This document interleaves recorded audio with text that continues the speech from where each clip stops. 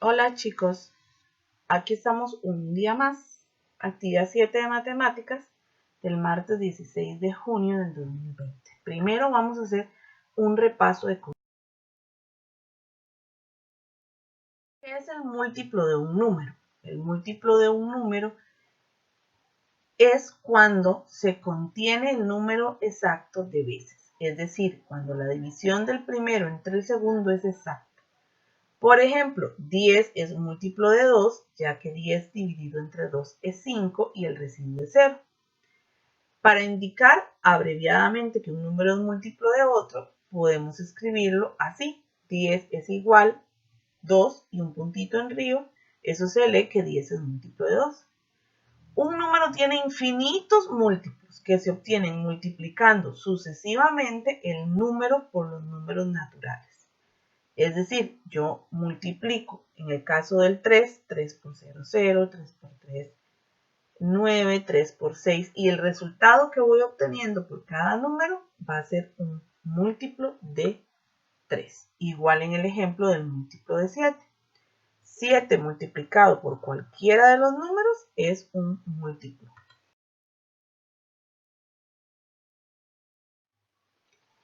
¿Qué es un divisor de un número? Un número A es divisor de un número B si la división entre ambos es exacta. Ejemplo, 5 es divisor de 30 porque al dividir 30 por dividido entre 5 el residuo es 0. En cambio 9 no puede ser divisor de 21 porque al dividir 21 entre 9 el residuo no es 0, es decir, no es una división exacta.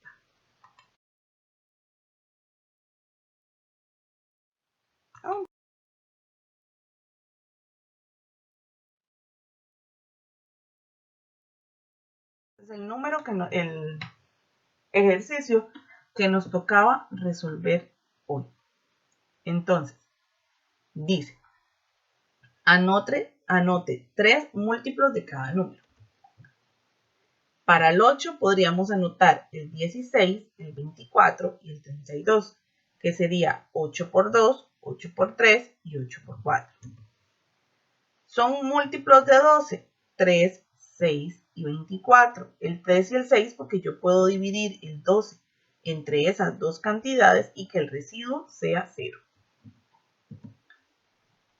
En 8, en 18, tengo el 9, el 2 y el 3. Igual, son números que son múltiplos porque al dividirlos al 18 por esos números, el residuo es 0.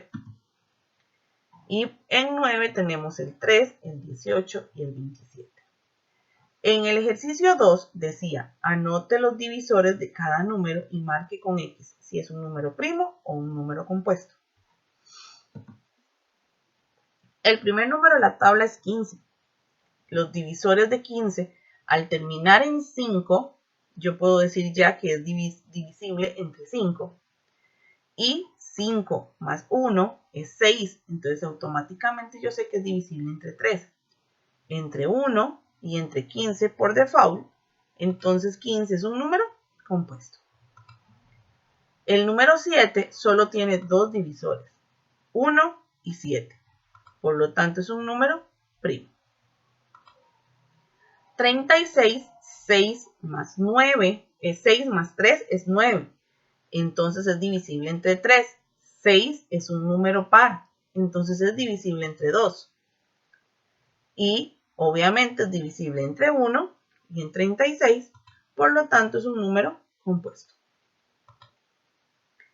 40 termina en 0, por lo tanto es divisible entre 5 y entre 10. Y entre 1 y entre 40. Y es un número que puede dividirse entre 2 también, entonces tiene 5 divisores. Por lo tanto, es un número compuesto. 19, en cambio, solo tiene dos divisores, 1 y 19. Por lo tanto, es un número primo. Bueno, chicos, esta era la práctica de matemáticas que nos tocaba hoy. Seguimos con la actividad número 4 de estudios sociales que tiene que ver con las garantías sociales en Costa Rica. Vamos a leer un pequeño fragmento. Corre el Parismina sin ruido con su taimada mansedumbre que el sol poniente dora y toca de melancolía. Pasen sobre las aguas las garzas blancas y grises, su vuelo romántico y entre las ondas se esconden tiburones y cocodrilos. Los zancudos del paludismo comienzan a inquietar el encanto de la tarde. Los niños pálidos y los perrillos flacos y sarnosos deambulan por el caserío, de unos 10 ranchos lo más. Son verdosos, muy morenos, con las pancillas repletas de lombrices, amebas, anquilostomas y de sabe Dios cuántos otros monstruos. No gritan ni saltan, se mueven con lentitud y cuando sonríen dejan ver sus encías exangües, la cual da un fondo doloroso a esta sonrisa. Ramón y Julián, de 8 y 12 años respectivamente, llevan el tronco desnudo. Este texto es de Carmen Lira, de un libro llamado Bananos y Onces. Vamos a reflexionar en algunas preguntas de ese texto. Piensen un momento. ¿Cómo se describe la salud de esos niños? ¿Estaban sanos? ¿O la descripción es de niños enfermos? Decía el libro o el texto que los niños estaban flacos, pero con barrigas hinchadas, que eran entre verdes y morenos. Verde no es un color saludable. ¿Cómo afecta la vida de los niños esas condiciones de salud? El texto en una parte nos dice que no gritan ni saltan, seña de que los niños no se sentían bien. ¿Cómo crees que los niños adquirieron parásitos? Los parásitos se adquieren por andar descalzos, por tomar agua o comer comida contaminada sin lavar, por estar en contacto con heces de animales, pero sobre todo por ingerir agua o comida contaminada. ¿Qué hábitos de higiene practicamos para no tener parásitos? Bueno, el uso de zapatos, el lavado constante de manos, el lavado de los alimentos antes de comerlos, la buena cocción de los alimentos y medidas de salud propias y la pastillita que todos los años les dan a ustedes las enfermeras para detener a los parásitos. Ahora viene la última pregunta. ¿Las condiciones de salud actuales son iguales o diferentes a las de sus niños? ¿Sí o no? ¿Y por qué? Obviamente son muy diferentes. ¿Por qué? Porque actualmente tenemos un Ministerio de Salud y una Caja Costarricense del Seguro Social que se han encargado de educarnos y educar para el manejo adecuado de alimentos, de bebidas. Hay una acueductos y alcantarillados que se encarga del manejo de aguas. Es decir, hay muchas instituciones que se encargan por mejorar la salud de los costarricenses.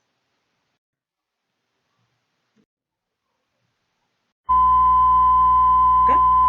A continuación vamos a ver el siguiente video.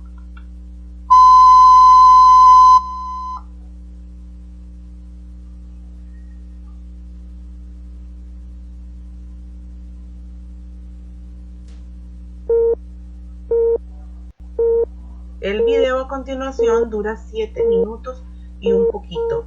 Es un fragmento de un video que vamos a ir viendo en pedacitos.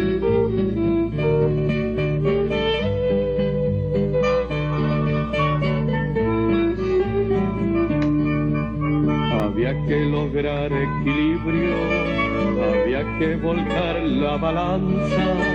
La reforma apenas se inicia, sopla fuerte la esperanza. La reforma apenas se inicia, sopla fuerte la esperanza. Ya se aleja la codicia, buscamos garantías reales. Llegó la hora de justicia con los derechos sociales. Llegó la hora de justicia con los derechos sociales. Llegó la hora de justicia. Te convertido en médico, recién graduado de Europa. regresa a Costa Rica lleno de optimismo para reencontrarse con una dolorosa realidad. Cuando comencé a luchar por hacer realidad los ideales de justicia social cristiana vigentes hoy día en un código de trabajo y en el régimen de seguridad social, era apenas un joven médico. Los habitantes de esta rica tierra se morían de dolor y de miseria. En aquellas tristes viviendas sin aire y sin luz, postrados por la enfermedad y la pobreza, muchos hombres acababan sus días sin dejar nada para sus hijos. Esta profunda injusticia social ya la conocía. La había palpado desde muy joven al acompañar a su padre, el doctor Calderón Muñoz, en sus visitas médicas. Esta era la Costa Rica de principios de siglo. No había pago si se faltaba al trabajo por enfermedad. No había derecho a un salario justo, al pago de horas extra. No había tribunales de trabajo, ni descanso semanal pagado. No había derecho a una jornada máxima de 8 horas, ni a preaviso y auxilio de cesantía en caso de despido injustificado. En cuanto a la salud, solo habían clínicas privadas y hospitales de caridad. Algunos médicos atendían a los desposeídos, aceptaban lo que pudieran darles. Eran casos aislados y no podían cubrir a las grandes masas de la población. El médico no puede engañarse, ni puede mostrarse insensible. Cuando la enfermedad se origina en la desnutrición y los organismos carecen de la defensa puesta en ellos por la naturaleza, las medicinas sobran, o mejor dicho, son ineficaces. Para ellos la caridad o la beneficencia resultan impropias, por humillantes. La sociedad les debe una retribución que puedan reclamar y que por ello mismo no deben implorar. Cuando mi muchacha estaba muy enferma de amebas y de bichos en el estómago, que en ese tiempo había tanta enfermedad, entonces yo me fui con el doctor. Y entonces él me hizo la receta, no me cobró nada por la receta, y me dio una platita también para que viniera a comprar las medicinas. En 1936 el doctor Calderón Guardia es electo al Congreso. Por esta época, grupos de intelectuales, obreros y campesinos discutían la forma de lograr reivindicaciones para los asuntos sociales. Calderón poco a poco se gana el respeto de amplios sectores y logra obtener la candidatura presidencial por el Partido Republicano. Con gran apoyo popular y el respaldo de fuertes grupos económicos, Calderón vence con más del 80% de los votos. Asume la presidencia de la República en 1940 y se impone la tarea de elevar la condición económica, moral y cultural de las clases trabajadoras. Para lograr este ambicioso programa, tendría que superar enormes obstáculos. Para empezar, la oposición de algunos de los grupos que lo apoyaron. A los 3 meses, funda la Universidad de Costa Rica para que los hijos de los trabajadores tuvieran la opción a la educación superior.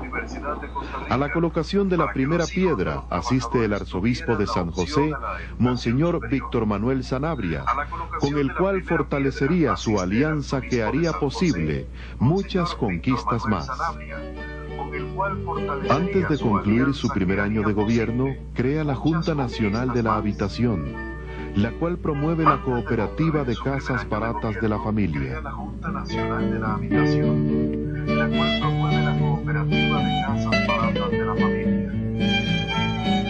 Al año siguiente, emite la Ley de Calzado Escolar, para beneficiar a miles de estudiantes. Para muchos de ellos, este sería el primer par de zapatos de toda su vida. Todos andan bien hasta cuando llegaron mis hijos con zapatos. Ay, qué alegría más grande. ¿De dónde cogieron eso? En la escuela, después yo supe que que el finado Calderón nos mandó a todas las escuelas a que se calzaran. Los que andaban calzados era porque, claro, eran ricos, tenían cómo, pero los pobres no.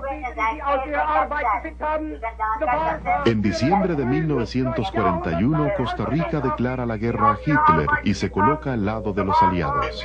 Ciertos grupos que habían impulsado a Calderón a la presidencia le empiezan a retirar su respaldo. Algunos costarricenses de origen alemán adversan su postura ante la guerra.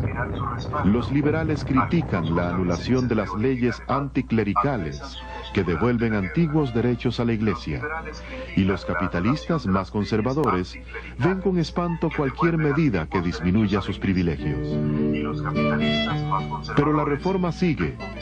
Nace lo que será la Caja Costarricense del Seguro Social, posibilitando que miles de trabajadores tengan cómo recibir atención médica. Calderón Guardia eleva las garantías sociales a rango constitucional para establecer un compromiso permanente del Estado con el pueblo. Se crea el Ministerio de Trabajo, cuyo primer secretario fue Miguel Brenes Gutiérrez. Pocos días después entra en vigencia el Código de Trabajo. Pocos días después entra en vigencia el Código de Trabajo.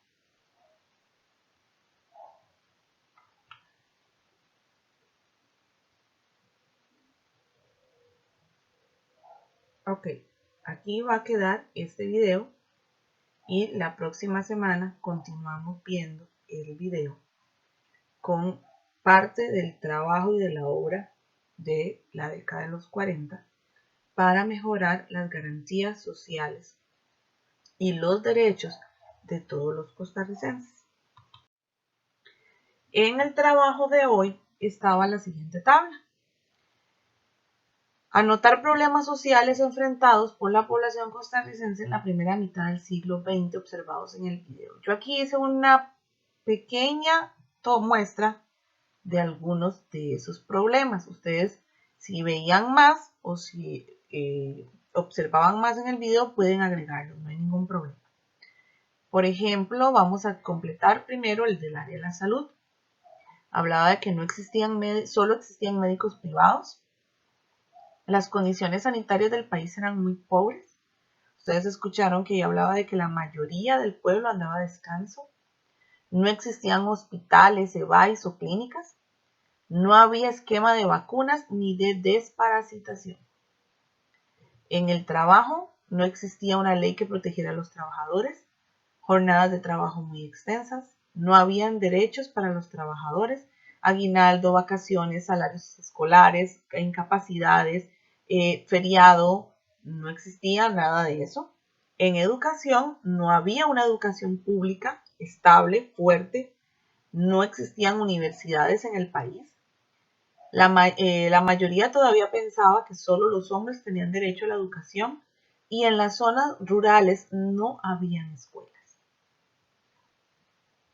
Estos eran los problemas sociales que tuvo que enfrentar el gobierno de Calderón Guardia para poder hacer cambios que revirtieran estos problemas sociales.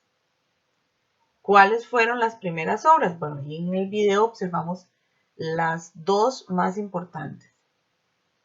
La creación de la Caja Costarricense del Seguro Social y la creación de la Universidad de Costa Rica. En el próximo video vamos a continuar viendo lo del Código de Trabajo y el artículo de las garantías sociales en la Constitución Política. Bueno, chicos, este es el trabajo que nos correspondía ver por hoy. Espero que haya sido de su agrado. Nos vemos en la próxima clase.